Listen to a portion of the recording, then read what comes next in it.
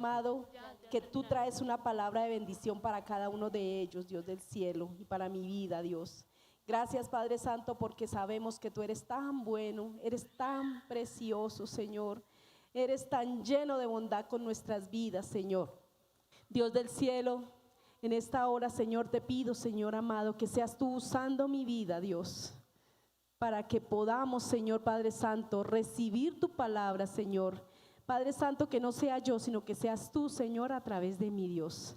Bendigo a cada uno de los que están aquí, Señor, Padre de la gloria. Padre Santo, que esta palabra, Señor, Padre Santo, dé fruto, Señor.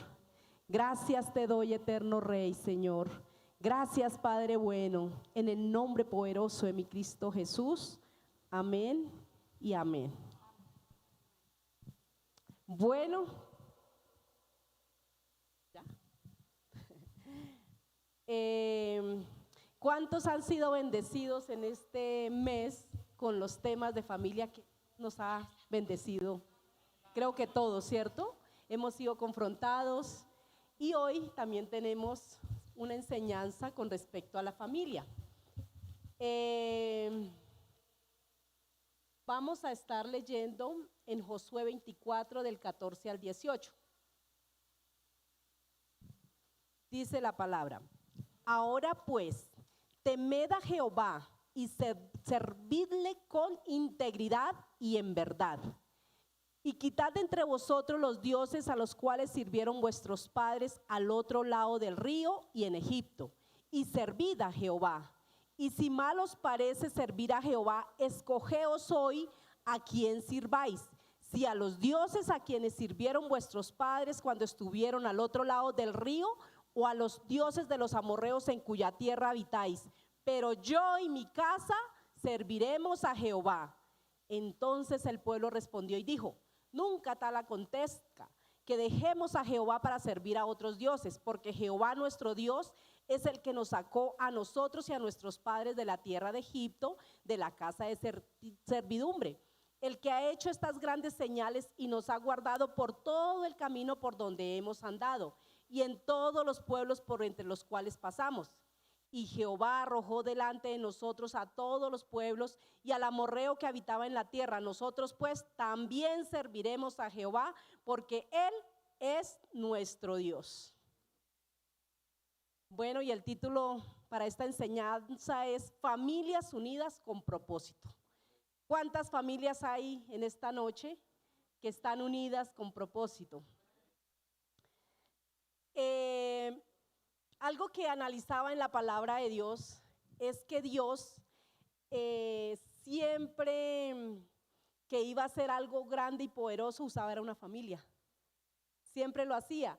Cuando hace la creación, ¿a quién usó? Puso a Adán y Eva, ¿cierto? Cuando decide reiniciar el mundo por el pecado, escogió a una familia y escogió a la familia de Noé. Cuando dice voy a levantar un pueblo y una nación para que cambie la historia de esta tierra, escogió a una familia, ¿cierto? A la familia de Jacob, que es Israel después, ¿no? ¿Y sabe por qué es relevante decir esto? Porque para Dios las familias son importantes, son muy importantes. De hecho, Él las creó las familias. Entonces, la familia para Dios es algo muy valioso y muy significativo. Pero sabemos que la familia, aunque es una bendición, sabemos que dentro de la familia muchas veces se presentan situaciones bien difíciles, ¿cierto? Donde de pronto hay desunión, donde de pronto hay conflictos y hay muchas cosas. Y algo que debemos saber es que la familia está bajo ataque del enemigo. El enemigo siempre va a querer destruir nuestro hogar, va a querer destruir nuestros hijos. En una ocasión, un cristiano iba viajando en un avión y pasaba la azafata ofreciendo los refrigerios, y el que estaba al lado no recibió nada, y entonces él le preguntó que por qué no recibía, que pues eso era parte del vuelo, y él dijo: no, porque estoy ayunando. Y él le dijo: ¿usted es cristiano? Dijo: no, yo soy satanista. ¿Ustedes ayunan también? Y dijo: sí, nosotros ayunamos. ¿Y ustedes por qué ayunan? Y él le dice: para que se destruyan los hogares. El enemigo está trabajando para destruir nuestros hijos. El enemigo está trabajando mirando cómo los destruye. Y, y estamos presenciando hoy en día familias con muchas falencias disfuncionales, familias divididas, donde prevalecen los conflictos y la individualidad extrema. Cada uno tira para su lado, ¿cierto? Y esa desintegración interna no solamente va a destruir los lazos afectivos entre ellos, sino que va a sabotear directamente la capacidad del hogar para alcanzar el propósito que Dios tiene para cada uno de ellos. ¿Cuántos saben que cada familia tiene un propósito? Y Dios nos llama es como familia, ¿cierto? El mundo se ha encargado de desdibujar constantemente el diseño de Dios para la familia. Si vemos hoy en día, las parejas no se quieren casar. ¿Pero quiénes sí se quieren casar? Los homosexuales, las lesbianas. Las parejas ya no quieren tener hijos, pero ellos sí quieren adoptar hijos. O sea, todo al revés. Entonces, ha sido una forma tan constante del enemigo de desdibujar el diseño de Dios de la familia y se ha aún encargado de dañar los roles que tiene la familia. Hoy en día vemos padres que están al servicio de los hijos, lo que los hijos digan. No hay una autoridad, ¿cierto? Resultan los hijos mandando más que los padres.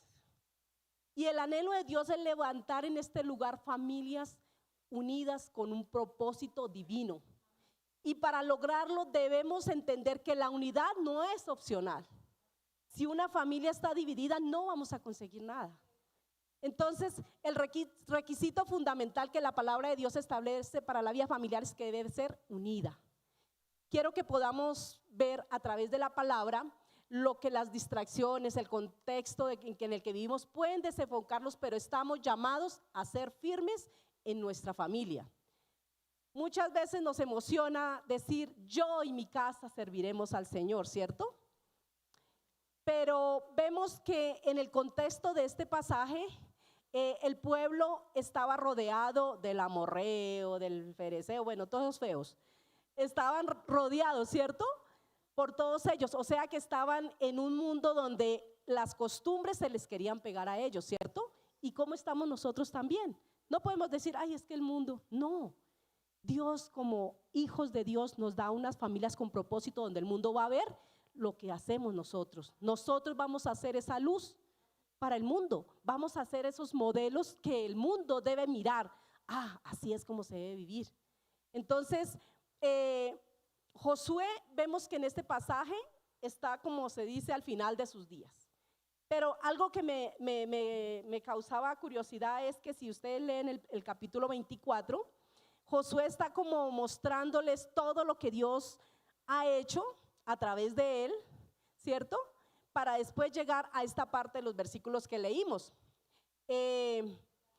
Josué sabemos que fue el que guió al pueblo de Israel después de ¿quién? De Moisés, ¿cierto? Y ya han conquistado gran parte de la tierra prometida. Y el pueblo está establecido en Canaán, pero rodeado de naciones idólatras con costumbres paganas.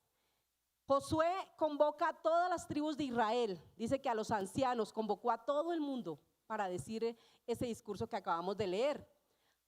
Ahora, entendiendo este contexto, quiero que entendamos lo que Dios tiene para nuestra familia. Para Dios, sí, en la Biblia siempre ha sido importante la familia, entendiendo la familia como fue escrito originalmente en este pasaje. Mire, y en el hebreo, en este pasaje, familia significa casa, hogar, familia, descendencia, linaje. Para Dios siempre ha sido relevante el linaje, ¿cierto? La descendencia, el que Jesús hiciera parte del linaje de David siempre ha sido relevante. O sea, Dios quiere que cuando decimos yo y mi casa serviremos a Jehová, no quiere eso solamente los que estamos aquí, sino los que van a venir. Nuestros nietos, nuestros bisnietos, hasta nuestros tataranietos, ¿cierto? Y quiero que hoy veamos a través de la palabra 3 aspectos que deben ser fundamentales si queremos familias unidas, familias que reflejen a Dios y cumplan su propósito. Y el primero es, una familia unida vive en integridad y verdad. Y eso está en el versículo 14 que leímos. Ahora pues, temed a Jehová y servidle con integridad y en verdad y quitad de entre vosotros los dioses.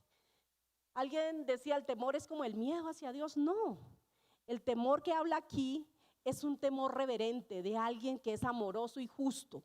Un respeto, ¿cierto? En Proverbios 1:7 nos dice: el principio de la sabiduría es el temor de Jehová.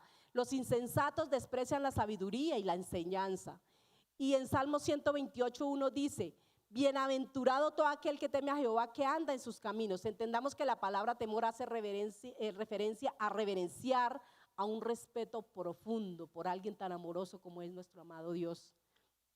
Y hoy en día las familias que no conocen de Dios no tienen ningún temor de Dios, de nada.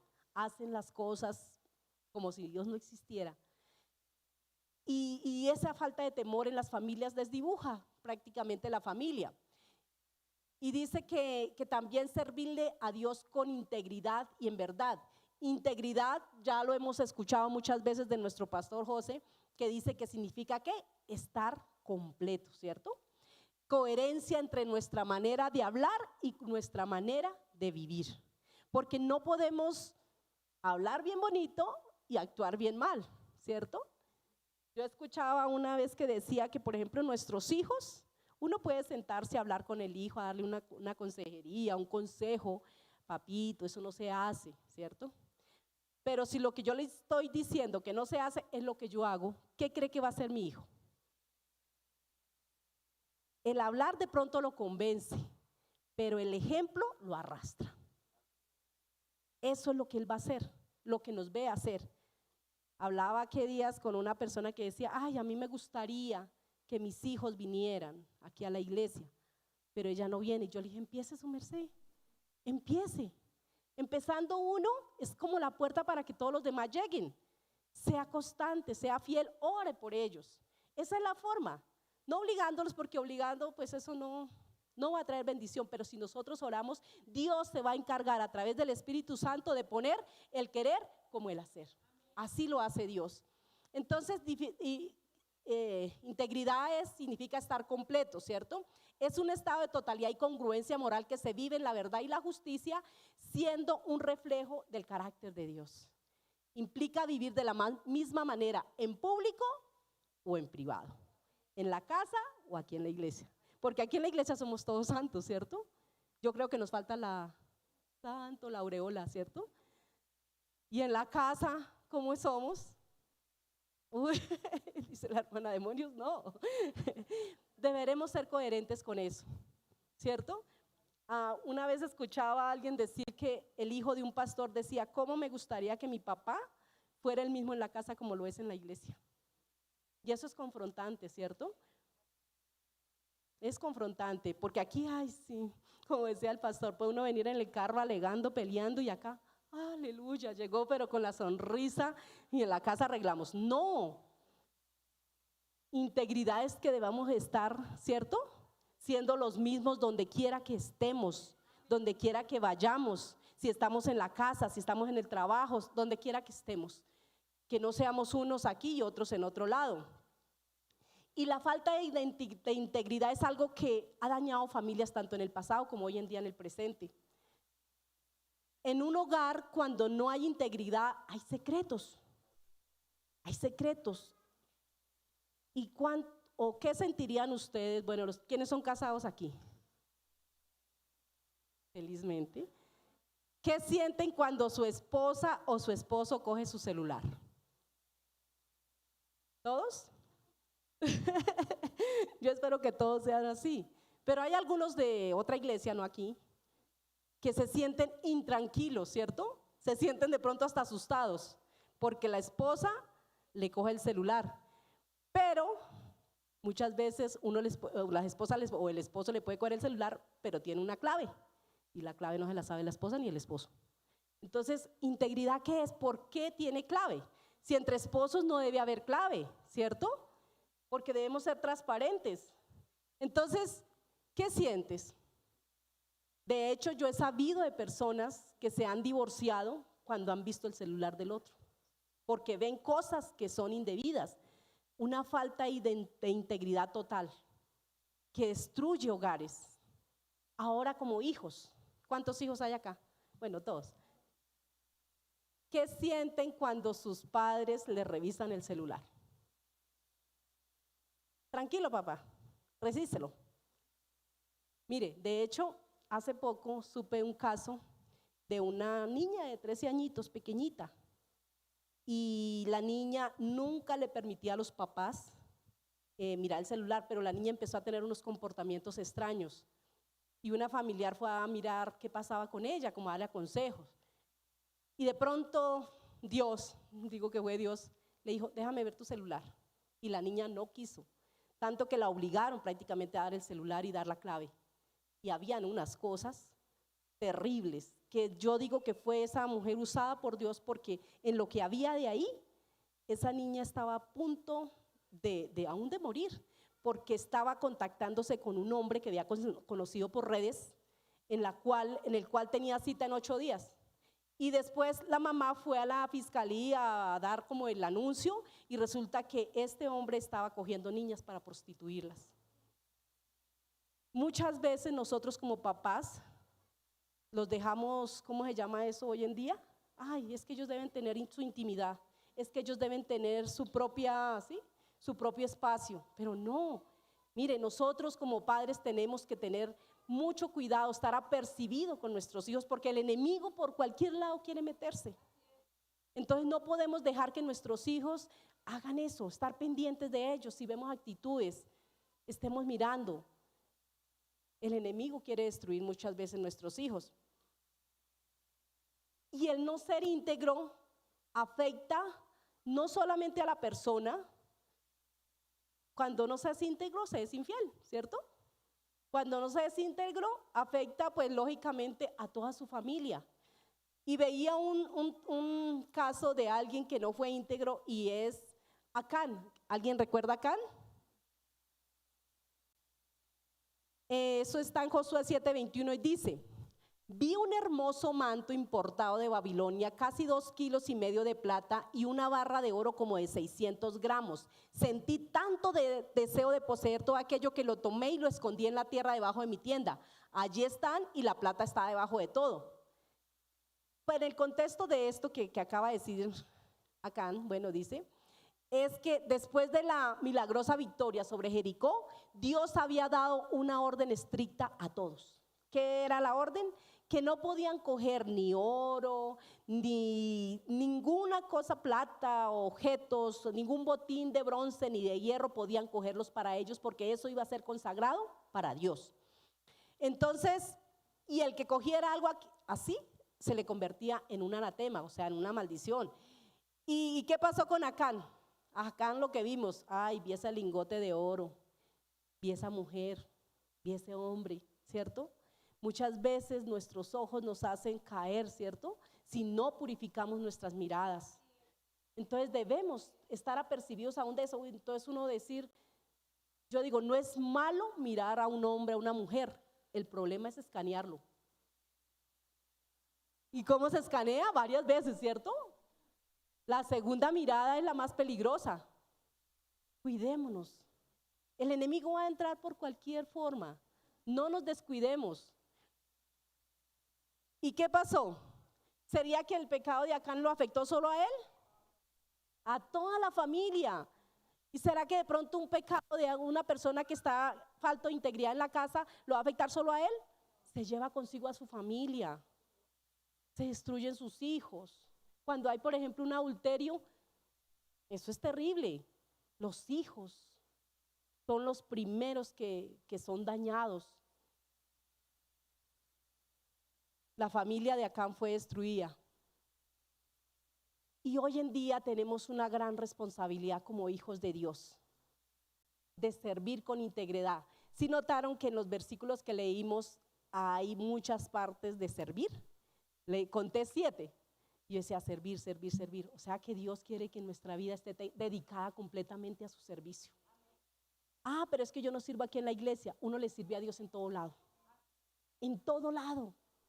Puede salir uno y alguien le sale, ay, como decía el paso hoy, que me nos contaba que salió a comer algo y alguien le dijo, ay, ¿puedo pedirle un consejo? O hay alguien enfermo, puede hacerlo.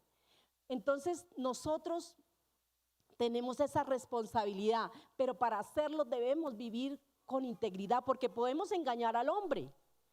Pero a Dios nunca lo podremos engañar, ¿cierto? Porque todo lo que sembremos, eso vamos a cosechar, ¿cierto? Entonces, y ese pecado que muchas veces uno trata de ocultar, mire que Dios es misericordioso y da como oportunidad. Pero si la persona no se arrepiente y no cambia su forma de vivir, va a ser descubierto, ¿cierto? Entonces, dice acá también, ahora pues temed a Jehová y servidle con integridad y en verdad. Y dice, y quitad de entre vosotros los dioses a los cuales sirvieron vuestros padres. Recordemos que ellos estaban rodeados en un contexto de personas y que tenían muchos dioses paganos. ¿Y hoy en día será que tenemos dioses paganos? Hoy en día podemos tener dioses que nos van a desenfocar de lo que Dios tiene con nuestra familia. Esos dioses paganos puede ser aún el trabajo, puede ser aún el Netflix. ¿Cuántos se han visto una serie de corrido y que con los ojos hasta la 1 o 2 de la mañana ahí?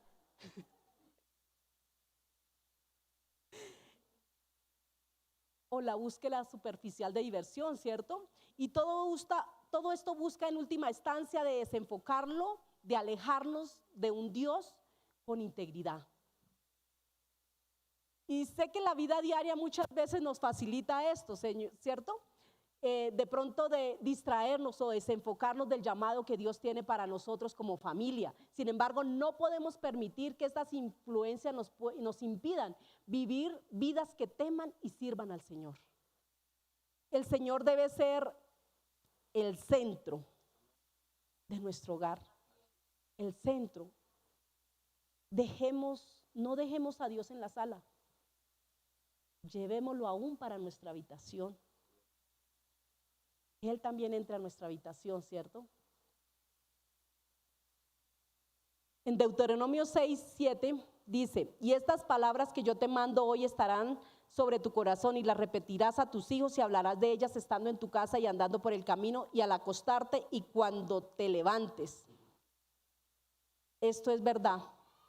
El Señor debe ser el eje central de nuestra vida, de nuestro hogar, y cuando Él está en medio de todo, comienzan a alinearse y a funcionar de manera perfecta todo, porque si nosotros aplicamos los principios que Dios establece en su palabra, nuestro hogar va a ser un hogar de bendición. Por ello es que su palabra debe ser un alimento constante. A veces leemos la palabra cada 8 días cuando venimos al culto y eso, porque nos lo muestran ahí. ¿Qué pasaría si nosotros comiéramos solamente cada 8 días? ¿Cierto? Nos enfermaríamos, estaríamos raquíticos. Debe ser un alimento constante para la familia, una fuente que nos nutra e impida que seamos distraídos por el mundo. La vida de cada miembro de la familia es una lucha constante, diaria y en medio de un entorno desafiante. Hoy en día nuestra juventud está viviendo de verdad que la maldad al flor de piel, ¿cierto? Por todo lado se respira esa maldad y toca enfrentar estos retos, ¿cierto? Y la palabra de Dios no solo es importante, sino fundamental para guiar nuestro hogar, nuestro servicio y nuestra vida personal como familia. Y esta necesidad de fundamento se ilustra claramente hoy. Muchas familias aparentan de pronto una unidad en las redes, aparece esa familia maravillosa, los 4 o los 5, ¿cierto? Unidos. Y va uno a ver y no hay unidad, ¿cierto? No hay amor, están divididos. Para la foto nomás. No, Dios no quiere que seamos así. Entonces, la verdadera unidad no se captura de pronto en una foto. La verdadera unidad se va a demostrar en privado. Y esto nos lleva a un segundo punto. Una familia unida toma decisiones firmes. Y en el versículo 15 dice, escogeos hoy a quien sirváis, pero yo y mi casa serviremos a Jehová. La unidad familiar requiere liderazgo espiritual y esta es la función de los sacerdotes de la casa. Mire que hace rato que aquí en la iglesia se ha querido o se ha puesto en el corazón de que se haya un ministerio de hombres. Y me gozo por lo que se va a hacer y creo que va a ser una gran bendición para todas las familias. Porque tristemente el liderazgo lo ha tomado la mujer. Y ese no es el orden. Sí, debe estar ahí. No digo que pronto si uno está de madre soltera o está uno solo lo toma, sí, pero si hay un esposo, él es el que debe tomar ese rol de liderazgo espiritual. Y si uno mira en la iglesia, la mayoría somos mujeres, hombres son pocos, y los que hay no quieren tomar ese liderazgo, no quieren ser esos sacerdotes de su casa. Entonces debemos hacerlo. Recordemos lo que les explicaba ahorita de que la palabra original casa, ¿cierto? Donde dice que yo y mi casa serviremos a Jehová, significaba casa, hogar, familia, descendencia, linaje. Y el hecho de afirmar que mi casa, incluyendo mi descendencia futura, mi linaje le servirá al Señor, es una decisión firme y esa la tomamos cada uno de nosotros. Dios anhela que siempre andemos firmes. No un día sí, un día no, sino constante, ¿cierto? Que nos mantengamos en todo momento tomando ese liderazgo, ¿cierto? Si es de pronto un hijo el que está asistiendo aquí, que tome ese liderazgo en su casa.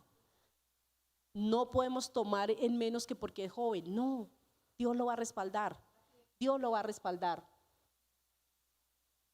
Y algo que muchas veces nosotros como familia queremos darle de todo a nuestros hijos.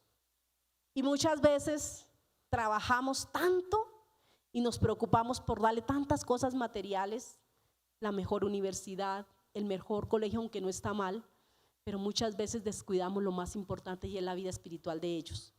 Entonces no podemos desenfocarnos de darles todo lo material y lo que verdaderamente es importante de pronto es cuidarlo.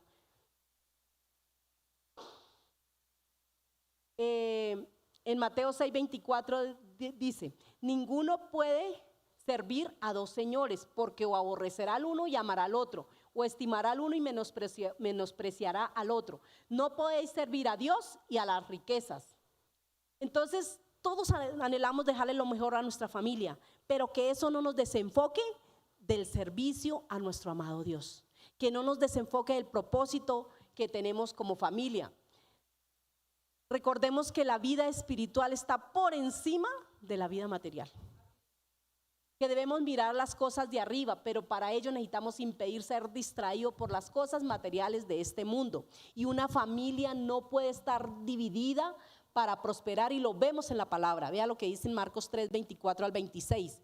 Si un reino está dividido contra sí mismo, tal reino no puede permanecer. Y si una casa está dividida contra sí misma, tal casa no puede permanecer. Y el Señor, a través de la historia en la Biblia, nos muestra cómo el llamado que Él ha puesto en nuestra vida no simplemente nos afecta a nosotros, sino a todas nuestras generaciones. Ahora, pues para cumplir este llamado, para vivir en esa decisión firme, es necesario que estemos unidos como familia. Y hay algo gratificante para las familias, y es que todos tomen la decisión de seguir a Jesús. Si todos toman esa decisión, créame que eso es algo maravilloso, es el cielo en la tierra, es algo hermoso. La Biblia nos enseña que nuestros hijos son como la extensión de nuestro propósito, ¿cierto? ¿Cómo nos sentimos de ver a nuestros hijos servir? ¿Aquí tienen hijos, padres que tienen sus hijos sirviendo? Sí, ¿cierto? Y Dios me hacía recordar a Noé. Noé tomó la decisión de obedecer a Dios y toda su casa fue salva en el arca. Tal vez si hubiese sido una casa dividida, ¿qué hubiera pasado? No, vayan ustedes dos, de pronto mandarían los hijos a los papás. Pero no, él tenía una familia donde estaban unidos y juntos todos cumplieron ese propósito que Dios había establecido, ¿cierto? Entonces vemos que Noé tomó una decisión firme, ¿cierto? ¿De qué? De obedecer el mandato que Dios le había dado, que era de construir un arca. Y la unidad familiar que registra Noé dice que él hizo todo lo que Dios le dijo que hiciera conforme a su palabra, ¿cierto? Y este acto de obediencia requirió que Noé, su esposa y sus 3 hijos con sus esposas tomaran la firme decisión de trabajar juntos. ¿Usted cree que 120 años construyendo esa arca no estarían todos trabajando? Yo creo que Noé era un buen líder, era un buen líder espiritual, porque yo creo que los puso, bueno, usted póngase a cortar aquí las tablas, usted vaya, consigamos la provisión, porque imagínense todo el tiempo que iban a durar ahí si no tenían comida. Yo creo que los puso a trabajar a todos y todos como familia pudieron hacer algo. Y lo tremendo es que recordemos que en esa época, cuando iba a llegar el diluvio, ni siquiera había llovido. Entonces yo creo que la gente hasta se les burlaba. Miren, estos van a hacer una arca y aquí ni siquiera llueve, porque la tierra como que botaba un rocío y con eso era que se mantenía húmeda. Entonces no había esa posibilidad y sin embargo sus hijos dirían, bueno, mi papá será que está loco, ¿qué le pasaría? Pero lo siguieron porque vieron el respaldo de Dios en él. Algo le debieron haber visto, algo de liderazgo espiritual lo debieron haber visto. Por eso uno como madre o como padre debe ser ese líder que traiga a sus hijos a la casa. Está muy chiquito y es que mañana madruga. Ay, ¿qué tal que se nos enferme? No, mire el daño que les hacemos. Dice la palabra del Señor Jesús. De hecho, cuando Él estaba aquí, recuerden que los apóstoles, yo me imagino que estaban, era como quitando a los niños, ay, no molesten al maestro. Y Él que dijo, dejad que los niños vengan a mí. Y a veces como padres somos los que impedimos que ellos se acerquen a Jesús. No lo hagamos, no sabemos el daño que les hacemos. Me recordaba Dios una historia que yo estuve en una iglesia en la cual había una pareja, los cuales tenían 4 hijitos. Y cuando yo recién me convertí, yo recuerdo esos 4 hijitos ahí en las primeras filas, les encantaban las cosas de Dios, pero los papás no iban. Y entonces yo decía, Dios mío, que Dios los guarde, que Dios los guarde. Y en una ocasión, uno de ellos, que era el mayorcito, perdió como 4 materias. Y la mamá, ¿sabe qué hizo? Dijo, voy a quitarle lo que más le gusta. No vuelva a la iglesia. Ese muchacho, la mamá, o sea, fue algo tremendo porque ella, como al año, le dio leucemia. Murió. Quedaron sus hijos, los hijos tristemente. Una de ellas cayó en drogas, los otros se fueron al mundo. A lo último se volvieron como a reafirmar en Dios como 2, pero no saben el daño que les hacen cuando les impiden que se acerquen a Jesús. No hagamos eso, acerquémoslos, motivémoslos, vámonos a la iglesia, vámonos a la iglesia. Donde yo conocí al Señor cuando mis hijos estaban pequeñitos, eso era un barrial.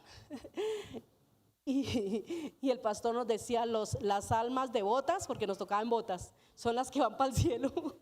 Llegábamos allá todos en botas y a la entrada había un lugar donde poníamos todas las botas embarradas y nos poníamos ya los zapatos decentes para entrar a la iglesia. Pero eso no nos impedía ir a adorar y glorificar a nuestro amado Dios. De hecho, en las noches no tenían bufandas. Y yo decía, no, como Alejito, mi hijo, él sufría de asma, no podía tener frío. Y yo decía, ¿qué le colocó a este niño? Entonces mi esposo jugaba fútbol, yo le ponía unas medias de fútbol largas y esa era la bufanda. Y él se me burla, mami, usted nos ponía las bufandas tan feas. Pero íbamos a la iglesia en medio de muchas carencias, en medio de muchas dificultades, porque en esa época mi esposo no conocía al Señor.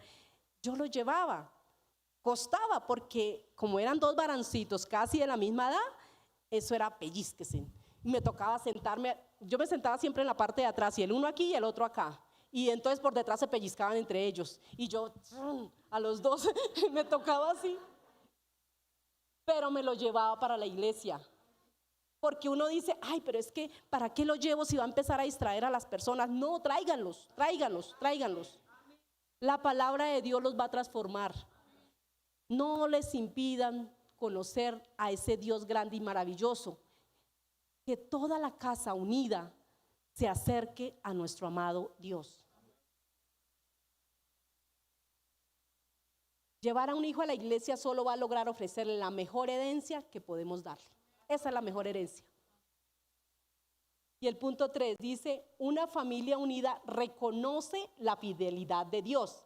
Y en Josué 24, 16, 18 dice, entonces el pueblo respondió y dijo, nunca tal acontezca que dejemos a Jehová para servir a otros dioses, porque Jehová nuestro Dios es el que nos sacó a nosotros y a nuestros padres de la tierra de Egipto, de la casa de servidumbre, el que ha hecho estas grandes señales y nos ha guardado por todo el camino por donde hemos andado y en todos los pueblos por entre los cuales pasamos. Y Jehová arrojó de delante de nosotros a todos los pueblos y al amorreo que habitaba en la tierra. Nosotros pues también serviremos a Jehová porque Él es nuestro Dios. Si ustedes leen el capítulo 24, Josué hace como yo creo que es como una prédica, porque hizo como un recorderis de todo lo que Dios había hecho con ellos, o sea, como que los empezó a motivar, porque se acuerdan que él dijo, bueno, miren, estamos aquí, ustedes a quién van a servir, escogeos a quién servir, si a los dioses de los amorreos o al Dios vivo en nosotros, y después les hace esa pregunta. ¿Y ellos qué dijeron? No, pues con todo lo que Josué les dijo no, nosotros también serviremos a Jehová porque Él es nuestro Dios. Y nos habla de la fidelidad de Dios. ¿Sí ven todo lo que muestra? Todo lo que Dios había hecho por ellos. Constantemente aprendemos que cuando Dios dice algo, Él lo hace, ¿cierto? Porque todas sus promesas son sí y amén. No hay ninguna promesa que de pronto Él haya fallado. Nosotros a veces sí fallamos, de pronto prometemos cosas y a veces no las cumplimos, pero Dios nunca, porque si no dejaría de ser Dios, dejaría de ser confiable. Pero Dios, todo lo que promete, Él lo hace. Si dice que algo va a ocurrir, eso va a pasar. Si no fuera así, Dios fuera infiel, ¿cierto? En Primera de Reyes 8:56, vea lo que dice, no ha dejado de cumplir ni una sola de las promesas que nos dio. ¿A alguno de ustedes Dios le ha fallado con alguna promesa que haya hecho y no le haya cumplido?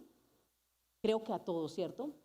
Ver y reconocer la fidelidad de Dios en nuestra familia nos permite permanecer unidos a pesar de pronto las dificultades, a pesar de lo que el mundo nos quiera distraer, ¿cierto?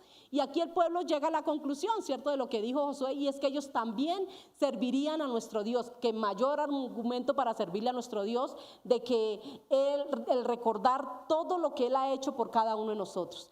Si pusiéramos a hacer una lista de todo lo que Dios ha hecho por cada uno de nosotros, ¿qué cree que pasaría? Yo creo que sería interminable, ¿cierto?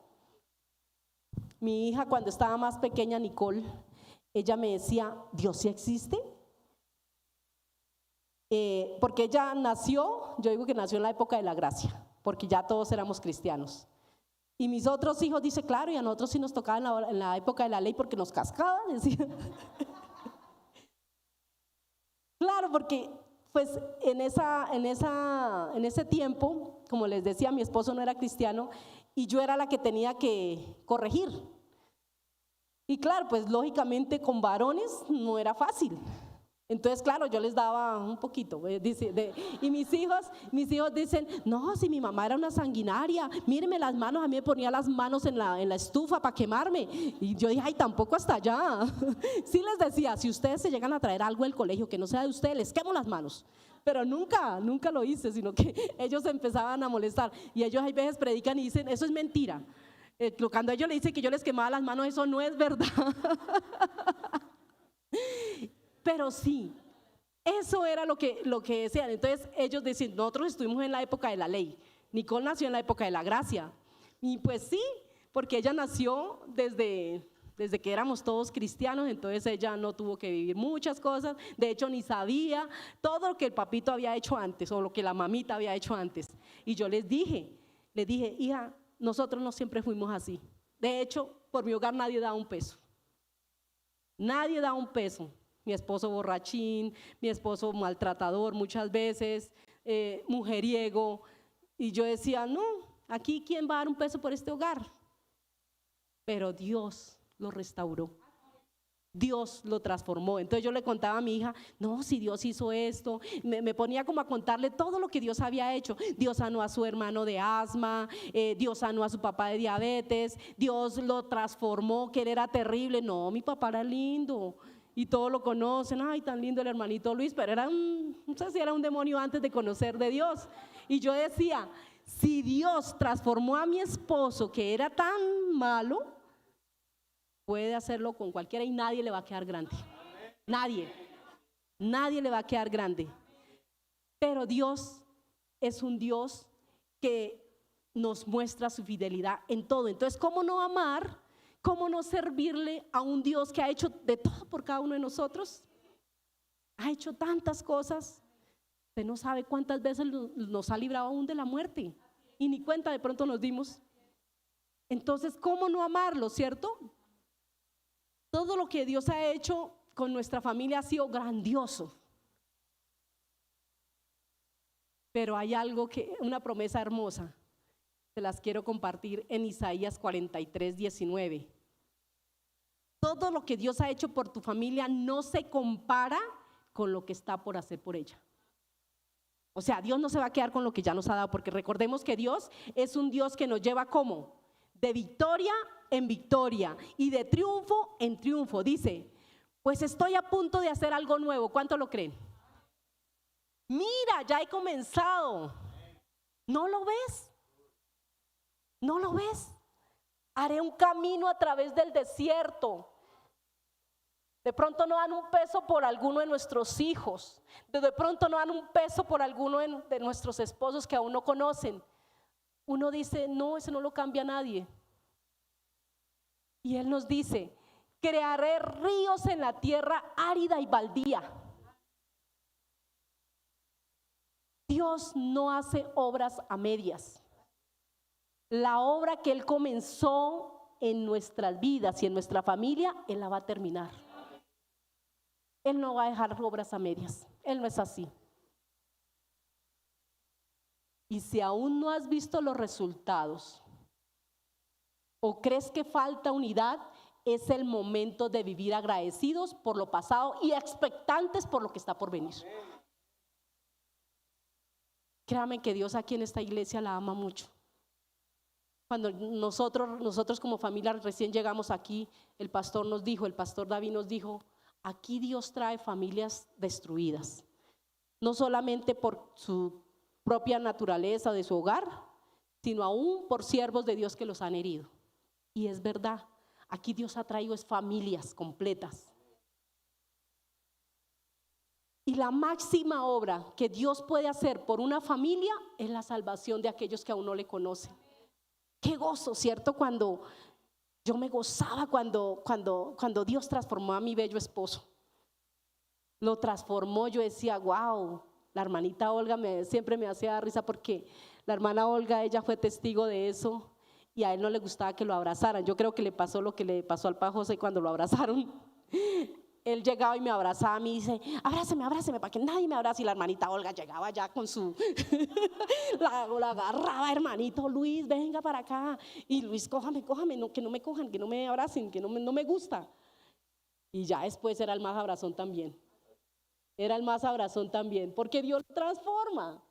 Y entonces, qué gozo tan hermoso poder experimentar la salvación en aquellos que aún no le conocen. El poder ver, no hay ningún caso perdido. No hay ningún caso perdido que uno diga, no, ya, porque es que uno a veces mira es con nuestros ojos, pero pídele al Señor que la llene o lo llene de fe para verlos como Él los ve. Porque uno de pronto los ve rebeldes, uno de pronto los ve borrachos, uno los ve de pronto de muchas formas, ¿cierto? Pero Dios los ve de otra forma. Que Dios nos permita verlos así, para que podamos tener una familia bendecida, todos unidos, juntos. Como dijo Moisés, ¿recuerdan cuando Faraón no quería dejar ir al pueblo de Israel a adorar a Dios en el desierto? ¿Y qué dijo Moisés? Decía, vayan los hombres. Dijo, no, vamos a ir todos, niños, jóvenes. Y aún le dijo, y ni una pezuña vamos a dejar aquí, todos nos lo llevamos. Entonces, que toda nuestra familia pueda estar unida para cumplir ese propósito que Dios tiene con cada uno de nosotros.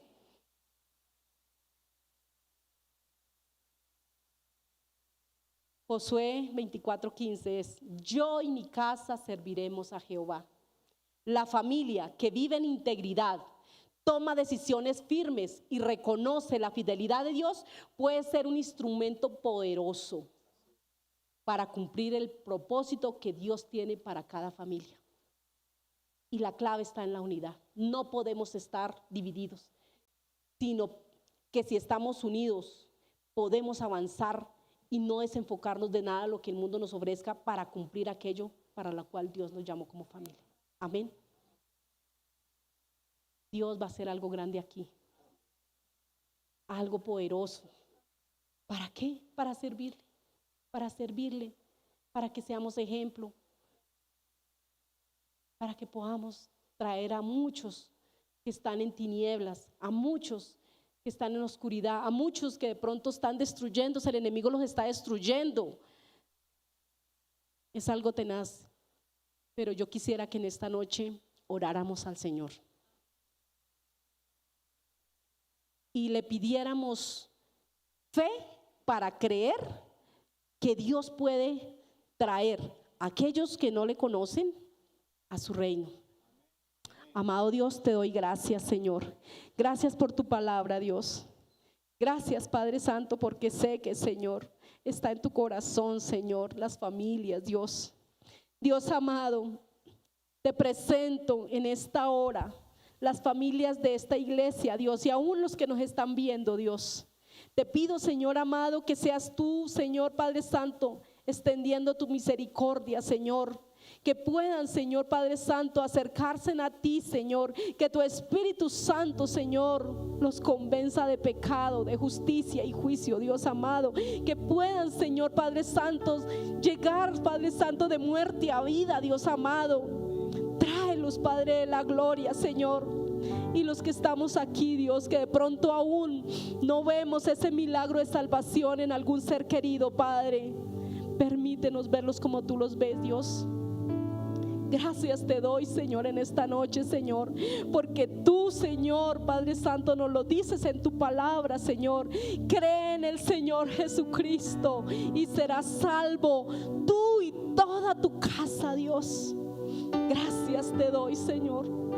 Gracias, Señor, porque tú, Señor, nos prometiste, Señor, Padre Santo, que todo llegaría, Señor. Padre Santo, que aunque no lo veamos, Señor, los vemos en fe, Dios. Los vemos alabarte, los vemos alabarte esta tarde, Dios. Porque tú eres un Dios bueno, porque eres tú un Dios maravilloso, Dios. Recibe, Dios, toda gloria, Señor. Padre Santo, Señor, que no nos desanimemos, Señor. Que de pronto, Señor, en la noche estamos orándote con lágrimas por aquel ser querido que no te conoce, Dios. Pronto amanecerá, Señor, y podremos ver, Señor, eso poderoso, Señor, esa salvación en cada uno de ellos, Dios. Gracias te doy por tu palabra, Dios. No permitas, Señor, que ninguna familia que está aquí en esta casa, Señor, llegue a dividirse, Señor, sino que todos unidos, Padre Santo, podamos cumplir aquello para lo cual tú, Señor, nos has determinado como propósito divino, Dios. Te doy gracias, Padre, en el nombre poderoso de mi Cristo Jesús. Amén y amén.